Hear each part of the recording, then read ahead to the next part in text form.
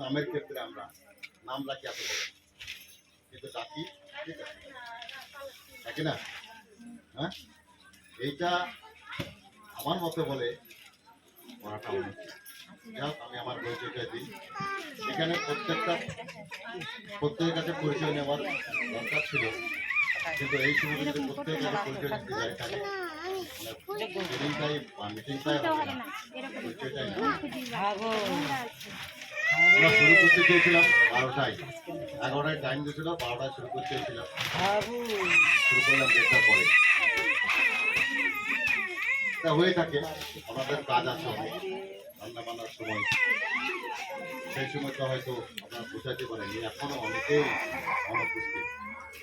30টা দল আছে, 300 জন হওয়ার কথা আজকের এই প্রশিক্ষণটাতে, তাই মিটিংটাতে 300 জন উপস্থিত হওয়ার কথা।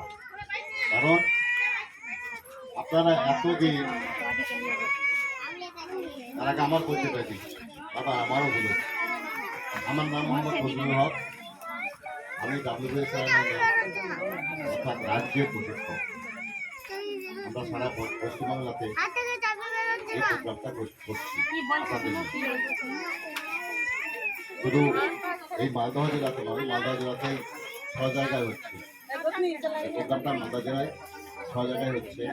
মালদহ জেলা 15টা ব্লক আছে, 15টা ব্লকেই শুরু হবে। আমাদের 6টা ব্লকে শুরু হয়েছে। তার মধ্যে আপনাদের একটা মডেল ব্লক ধরে এখন শুরু হয়েছে। বাকি ব্লকগুলা হাতের উপর ধাপ প্রোগ্রাম শুরু হবে। একটা কারণ, আপনারা দল করেছেন বহুদিন, দলের বয়স 5 বছর, 7 বছর, 8 বছর, 10 বছর, অনেক দলের বয়স 15-16 বছর আছে। কিন্তু এই দল করার ফলে যে জায়গায় আপনাদের পৌঁছানোর কথা, আপনারা সেই জায়গাতে আজাদকে পৌঁছাতে পারবেন। দিদি, ওই দিদিকে বলবো চেয়ারে যে দিদি বসে আছেন, আপনি সাইডে বসলে ভালো হয়। চেয়ারটা নেন, কেউ হেল্প করুন, কেউ হেল্প করুন, চেয়ারটা একটু আগে দেন। এইদিকে আছে দিদি, দিদি এইদিকে দাঁড়িয়ে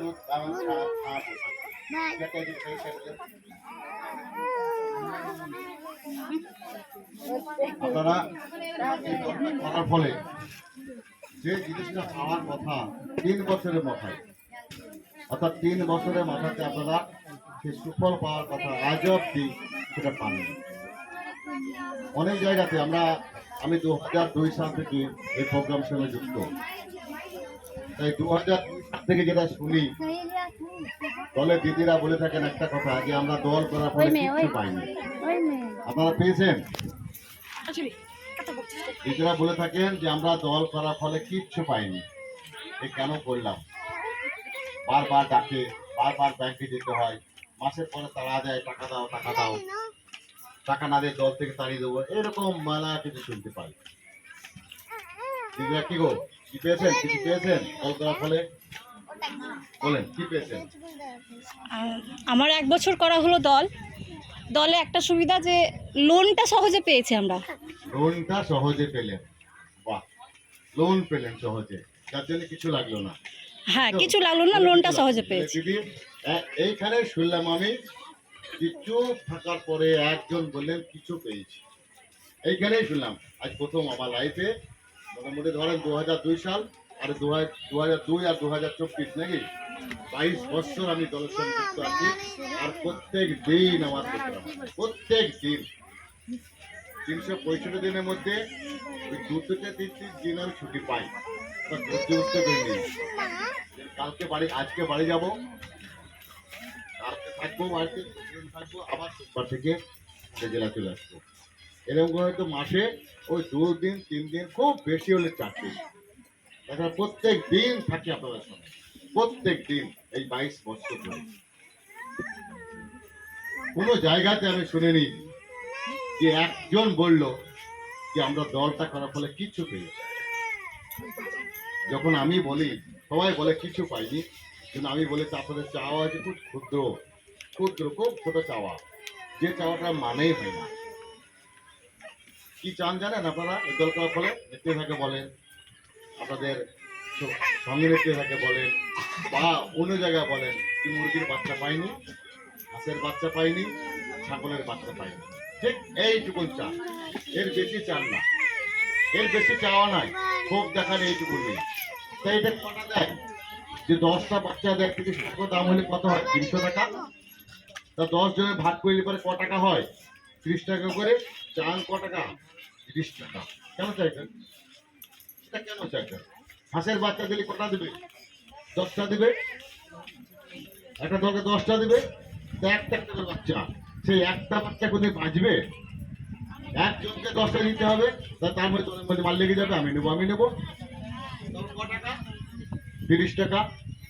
একজনের 30 টাকা, একটা বাচ্চার দাম 300 টাকা। এইটুকু চান। এইটুকু না চেয়ে যদি আপনি আপনারটাকে খাটিয়ে, আপনার বুদ্ধিটাকে, আপনার শ্রমটাকে, আপনার মানসিকতাকে কাজে লাগান, তাহলে অনেক কিছু পেতে পারেন। আমি বলি অনেক কিছু পেয়েছেন। 1 নম্বর জোট বাঁধতে পেরেছেন। 1 নম্বর ছিলেন একাকী, হলেন 10 জন। 10 জনের একটা পরিবার, একটা জোট, একটা পরিবার ভেঙে যাচ্ছে। সব থেকে বেশি বয়স কোনটা আছে বলেন তো এখানে? সব থেকে বেশি কোনটা? প্রথম দল এটা আছে চাচা। বলেন কোনটা বলেন না। নেতাজি। আরে বাবা, তা বলতে গিয়ে ভয় লাগছে নাকি? কতদিনকার দল?